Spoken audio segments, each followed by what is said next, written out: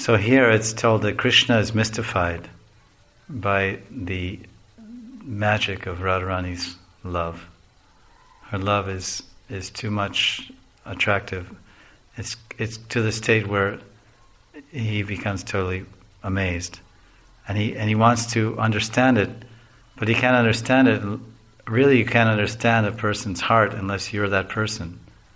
And sometimes they say in psychology, when they're trying to help people understand each other, they say, you should put yourself in the other person's shoes. They have this phrase in English. Yeah. Put yourself in the other person's shoes. In other words, try to understand how are they thinking, or how are they feeling, not only calculating things from your viewpoint, but how does my wife feel about this situation, and what would she respond to this, and would she like this or not like this? It's like this.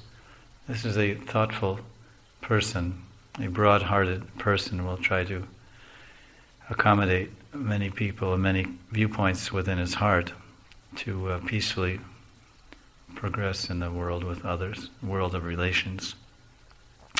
So this is approximately, you can do that, but you can't. The best way to do it is if you became the other person. You became one with their heart and mind. You enter deeply, if you actually could enter into their heart and into their mind. And that can only be done if you became them. So that's what Krishna was forced to do. Because after Krishna Leela was finished, then, of course, these Leelas are eternal, but it's described like that. He left, he was unfulfilled. He felt some greed in his heart. Although there was rasa dance and so many pastimes, he felt some greed that something's missing, what is this Sri Radha Pranaya Mahima? This is Kidrisha. Kidrisha means what kind? What is this pranaya, this love? Pranaya means a type of love. Sneha, man, pranaya, rag, anurag, bhav, mahabhav. These are different hierarchy of prema, different expressions, different intensities, different feelings and aspects of the loving relationship between Krishna and his devotees.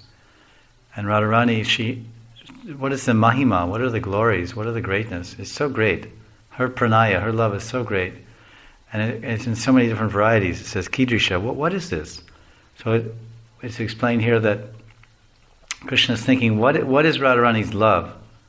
What is her love, and how can I understand it? I have a greed. I have a greed. This is also a type of greed for knowledge. People read every single book that comes out, and they're bookworms, and they're just so greedy. They have greed for knowledge. That's also a type of greed. And of course that gives them prestige also, and gives them position and also authority and so many things. So Krishna, this is one of his greed, is what is Radharani's love? This mahima, what is the greatness, the glory of Radharani's love? Then that's the first greed that Krishna had. He was feeling unfulfilled and he wanted to understand it. And the second one is listed here, Adbhuta Madhurima, Swadyo Yen Adbhuta Madhurima. Adbhuta means astounding or amazing or wonderful. And then Madhurima means Madhuri, sweetness. Madhur. When Rupa Goswami is distinguishing Krishna from Ram or Narayan, he explains that Narayan and Krishna and all the other forms of Godhead, the Bhagavan Tattva or the Vishnu Tattva, they have 60 qualities, an unlimited quantity of those qualities, and they list those qualities. But then there are 4 more qualities that only Krishna has. And you could say the other ones may have them, but they're hidden, not revealed. So the full expression of Godhead, it's called Purnatam, or Purna Bhagavan, complete Bhagavan, or Swayam Bhagavan, is Krishna. So he has these 4 qualities which distinguish him and make him the supreme. Because if he's more than Ram and more than Narayan and Vishnu and Nrsimha, then what is he? Why is he more?